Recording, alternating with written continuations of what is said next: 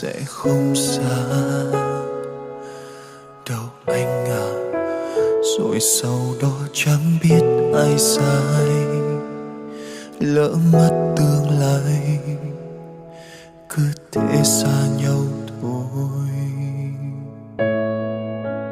Vì đâu nông nỗi đến hôm nay, điều gì ngăn lý chuyện tình ta nhanh đến vậy.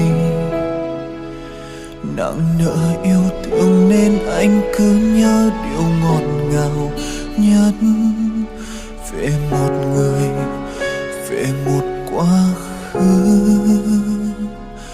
Đừng ai nhắc đến em một lời để anh bớt chơi vơi khi nghĩ tới. Em đã xa anh mà anh còn lo lắng cho em. Nụ cười cũ dấu đôi mi buồn nhưng mơ thấy em nước mắt lại tuôn. Vòng tay yếu ớt này em đã không cần. Tự ôm nỗi nhớ trong im lặng, tại sao nỡ buông tay anh thật nhanh. Dòng lệ anh đã xóa nhòa, niềm tin hóa đá. Thời gian trôi xa vết thương trong lành. Đừng một ai nhắc về một người đã rất yêu nhưng xa lạ. Vì tình yêu đã thuộc về quá khứ, đã buông câu xa từ.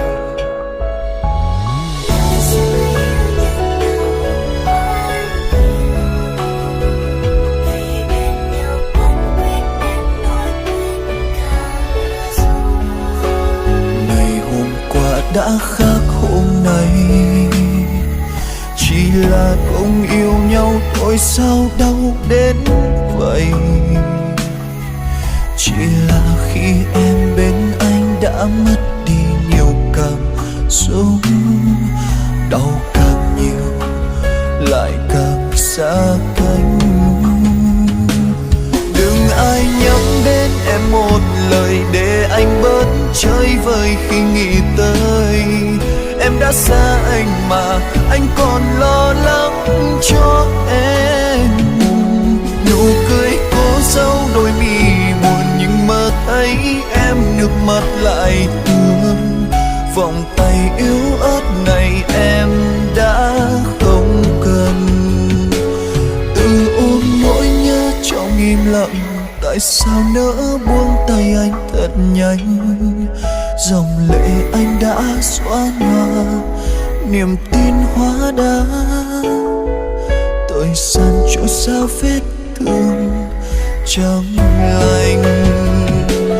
Em đã giữ trái tim anh rồi người ơi, cớ sao đang yêu lại tôi. Chẳng thấy em quay lại trước khi tất cả phôi phai.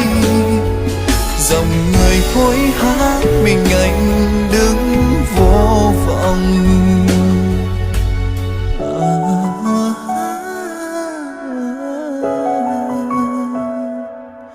Giờ đây chỉ anh